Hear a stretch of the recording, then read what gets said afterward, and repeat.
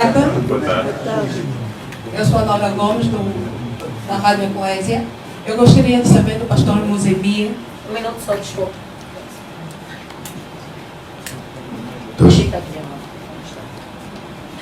São duas perguntas, vamos fazer perguntas diretas. Não, uma pergunta, resposta direta. Eu gostaria de saber do pastor Muzembi quando é que ele percebeu que tem o dom de espalhar a mensagem de Deus.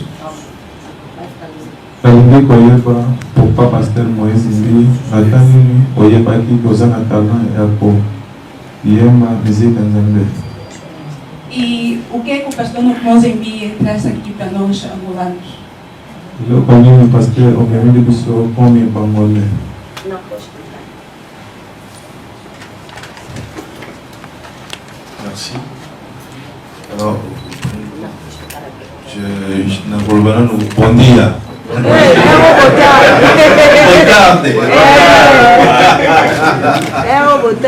Donc, ça vraiment plaisir de makasi ponanga dia awa. É muita alegria para mim estar aqui convosco. Et na pesi nzambe merci Então, obrigado a Deus pour Nandengia Sepelina se retrouver pour la première fois en Angola. como me deu a oportunidade de estar aqui pela primeira vez em Angola. Na pesi merci na évangéliste. Então, obrigado ao evangelista. Merci na producteur, merci na gérant hotel. Obrigado ao Merci na Binonio Presse. obrigado a todos. Et Nazana Semo Makasi. Tenho muita alegria Il a se retrouver à Angola. de estar aqui em Angola. Dengue évangéliste Salobi, Nzambe Asala Kamakam Natan Naye. Como o evangelista disse, Deus faz as coisas no seu momento. Et Oyotan Nzamba Bungisaki Nazala Awana Esse é Angola. o tempo que Deus preparou para eu estar cá em Angola. Amém. Alors par rapport, il y a première question. Vamos falar da primeira questão. Ngai na papa Nanga Azali pasteur.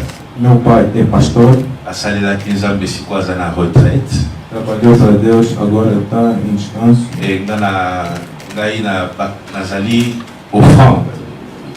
Donc, bakaba na église Postou a oferta que deram à igreja depuis 6 mois.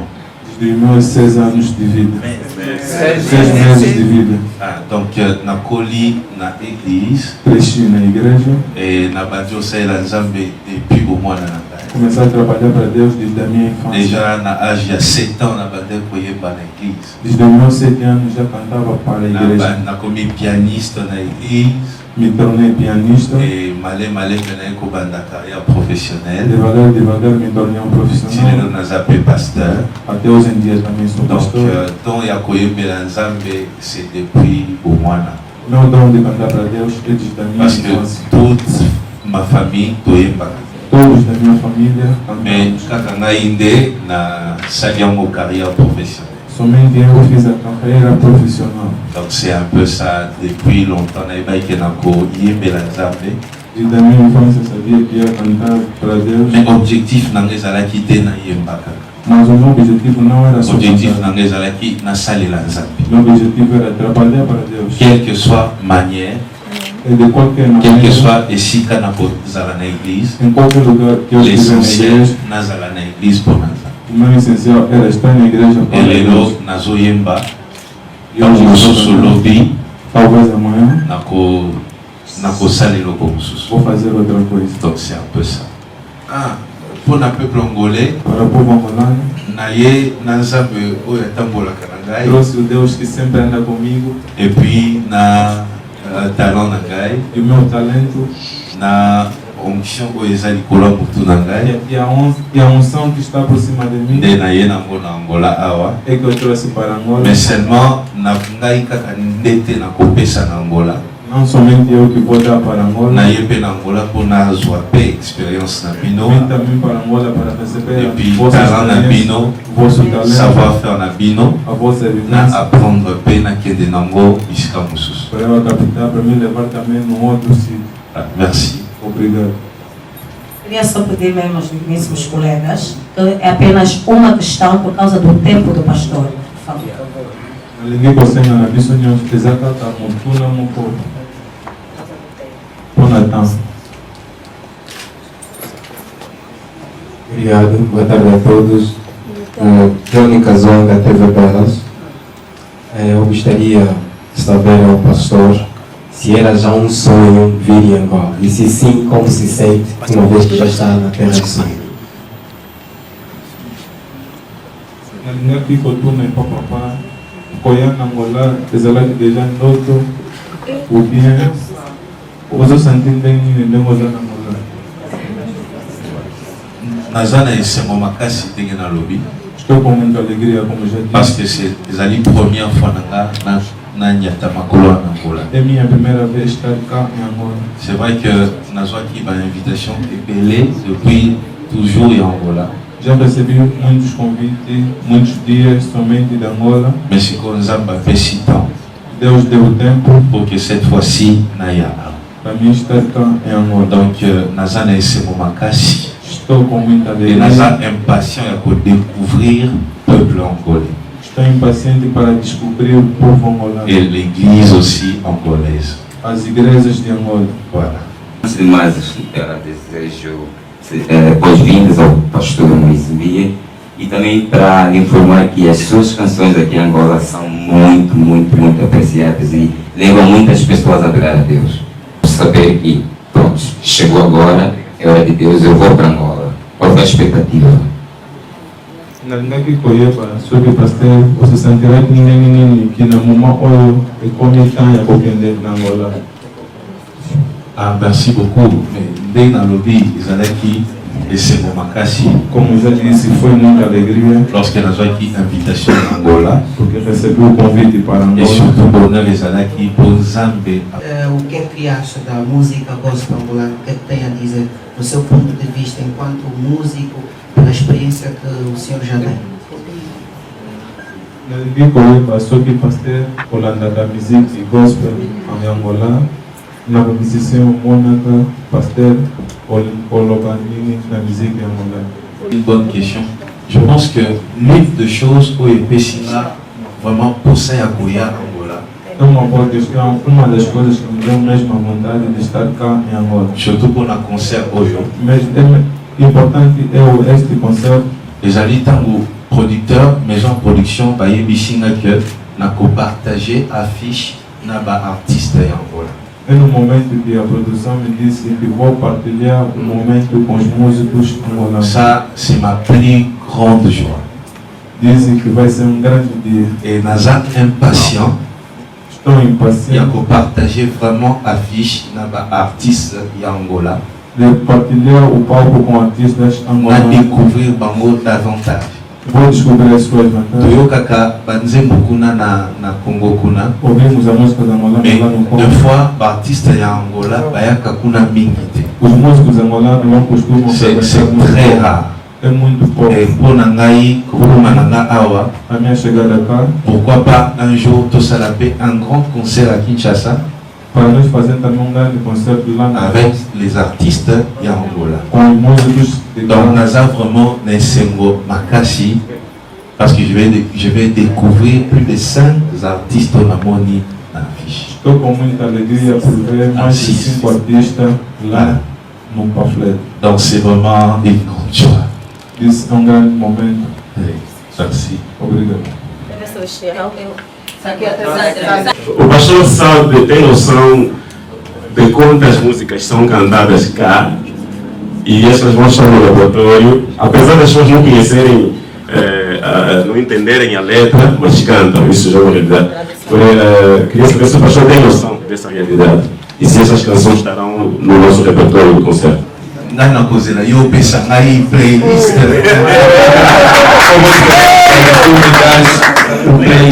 Olandinga Itiawa. Molongi toca até nas discotecas. Na primeira manhã é bem Tina Babari. Tina Bate. Babua. Tina Boate de nuit. Olandinga Tiawa. As mamães choram muito quando cantam Nanzela Caiu. A mamãe Essa vai aqui cantar é mesmo de chorar. caiu. Yeah, então não vou falar de Yaya. Yaya é chanson fetiche na Angola. Michel. Yeah, obrigado. Merci. Je vais pleurer là. Vamos mesmo fechar, perdoem, o pastor tem uma agenda importante agora. Perdoem. Boa tarde, eu sou a Amélia Cabinda, da Rádio Metodista Kairos. Merci beaucoup. Obrigado a todos. Je pense que Ndenge Nalobi, parmi. En fait, il y a beaucoup de propositions et belé pour Angola. Como eu já disse, já tive muitas propostas para atacar em Angola. Mais ce qui Nandimi Oyo, Se eu aceitei esta, c'est parce que c'est un très bon projet. é um bom projeto. Et je félicite la maison et la production, Dou a felicidade producteurs, parce que c'est très professionnel. porque são muitos profissionais. Mais au-delà, il y a côté professionnel, Outro lado da profissionalidade Bazapé n'a mis monté. tem coração de pessoa. Parce que des fois, on rencontre un producteur au bazo visé kaka, beaucoup qu'on gagne beaucoup. Outras produtoras só querem mesmo ganhar dinheiro, Mais Bango, ce n'est pas que ça, bazo qui est au-delà. mas eles não querem só ganhar dinheiro, estão a ouvir ao meu encontro. Donc nous avons un programme dimanche, Temos programa no domingo, juste après le concert, depois do concerto, avec Oyo Nzambe à Kopé, c'est un concert là, o que Deus vai dar neste concerto, pour que Toka Bolango n'a pas orphelin, para nós dividirmos com os órfãos, bateau bazan à passe. as pessoas que estão a passar dificuldades. Et là, c'est même pas idée entière Pananga, Essa não é a ideia que vem de mim, mais idée entière la maison de production. essa é a ideia que vem da organização do show. Et je bénis Dieu pour ça. Essa bênção, Que Nzambe a pas la sous maison ou la production. que Deus abençoe mais essa produção. Donc on a pensé à ça et on va le faire. Donc Anissa qui a coupé de Kosala Yango. Pensamos nisso e vamos fazê-lo. Et pour le partage, il y a expérience dans le pasteur Yangola. Para partilhar a experiência com os pastores de Angola. Écoutez, on a bâti déjà Kosala Modégué Nazabo. Comecei já a fazer desde o momento que estou On a déjà parlé avec l'évangéliste. Estou a falar com o Et evangelista. Toko Solo la Lissousou après. Vamos conversar Donc mais. partage wana Ekosalema, ata na Boutou, ata na chambre, ata na restaurant, ata na église. Chaque fois que tu peux partager l'expérience. Vamos partilhar a experiência, mesmo que seja nos quartos, no jantar, em qualquer local que a gente estiver junto, vamos partilhar a experiência. Obrigado. Lelo awa na ye awa pour un concert. Cheguei cá em Angola para fazer concerto, Mais dès que Nazolumbo, Nazana programme, il y a un mois comme pasteur, activité en dehors de la musique. quando eu saí daqui, tenho uma atividade como pastor durante mês. Depuis Mukolo, na pesa qui vit nanga na Nzambe, Desde o momento que eu entreguei a minha vida a Deus, na tika kotala plaisir nanga, deixei de ver, na tala ka plaisir ya Nzambe. deixei de ver os meus desejos, estou a ver os desejos de Deus. Donc, elo nazana nakoki koponate entre musique to poteya, Não posso escolher entre a música e pregar, oyo ekopesa Nzambe esengo, o que dará a Deus a oyo alegria, ekopesa Nzambe lokumu, o que dará a Deus a glória, mpe oyo nga nakosa. é o que eu vou fazer. Soki lelo Nzambe a préféré nga musicien, Se Deus hoje me escolheu como lobi a músico, préféré nga pasteur, a mãe me escolheu como pastor, ye nde mutu akomema nga place alingi. Ele é que vai me levar onde Ele Nazalaka quiser. na choix te, Não tenho gosto, Nzambe nde aponaka mpona. Deus é que escolhe por mim. Voilà. Obrigado. Queria pedir aos músicos que vão fazer parte do concerto Nós vamos ter na nova musicina, vou passar lá para a concerto. que se pusessem de pé. Hotel. Pôr na hotel. Irmãos, não tem problema de tempo. Os músicos vão fazer parte do concerto. Queria apresentar ao pastor Moise. Faltam dois músicos que também são percursores da música gospel em Angola e cá no estão. Jesus angadeu sim, na mamãe bacuta minha até. A irmã Solange Dineri, Depois Solange Guiné. ela é chamada de vulcão pentecostal. Eu venho aqui vulcão pentecostal. Ah, volcan. O irmão Simba Reobote, que também é uma referência da música gospel da nova geração. De quando a bicho Simba Reborte, as ape referência à música gospel angolês. O irmão Neo Jazz, que também, apesar de ser cantor gospel, mas ele é aquele que o pastor Moise diz que não fica só entre os crentes, ele também vai ali onde não tem crentes. Quando a biso neo jazz, aí para a música gospel, mas a par a música gospel é para a música musus. Então, pastor, estes senhores vão lhe acompanhar naquele dia. Ia esquecer também uma figura. Josafat, perdoa, meu irmão. Ia esquecer uma figura também importante que aquece as igrejas cristãs, nosso irmão Josafat. Perdoa. Aqui compôs na musicien, mon co, oyen makamakaza ni makapé musique gospel angolais, quando a biso Josafat. Além desses cantores que fazem parte do concerto, Pastor Moise, a classe de músicos angolanos é enorme e eles amam e pensam estar naquele dia com o Pastor Moise Mbia. A parte da musicien bazar na mão, a musicien angolais balinga caminho, pasteur na musique na eu posso na bango pesa lá que bazar lá na biso na concert. Até bagoyem bater misusu bagoya pona batala pasteur nengo okoyem la peuple angolais. Por causa do tempo, os irmãos, os três, vão só tecer uma palavrinha rápida para o pastor Moise, porque ele tem mesmo de sair. Quando está, vou ali levar muito rápido, vou levar para o pastor.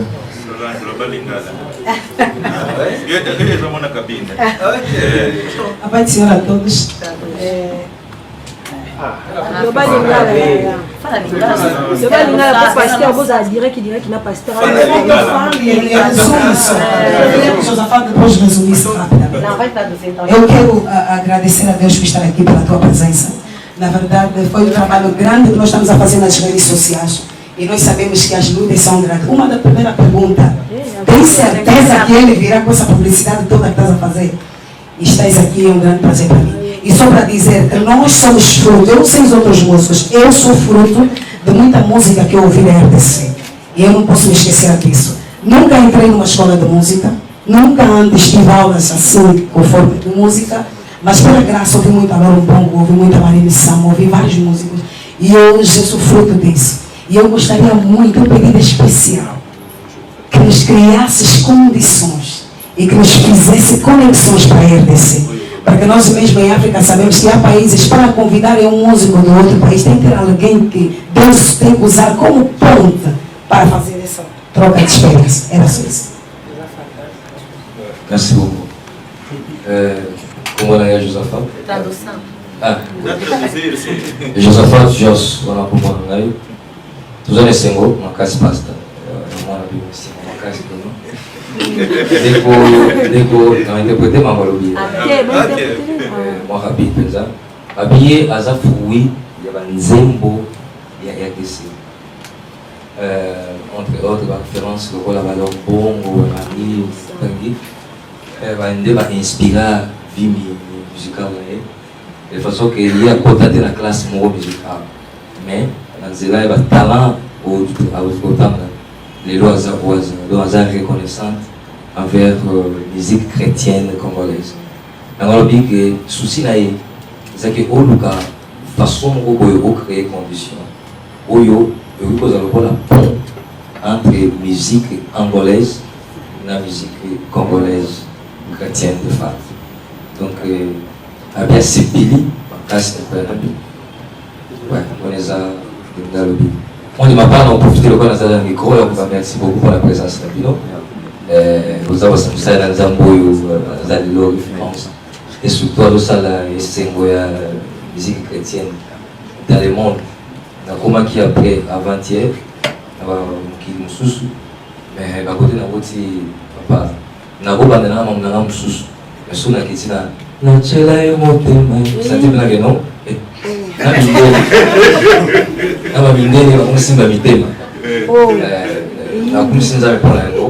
Merci pour l'envoyer, merci Mingi. Donc, petit chose à mon corps, créé pour moi. On a des vidéos de l'autre, mais on a des vidéos de l'autre. Merci, Père Pasteur, merci. Ok, acabei de dizer o seguinte: que o pastor Moisés é uma referência hoje para a música cristã africana, praticamente. Eu acabei de chegar há 2 dias de alguns mundos, portanto, onde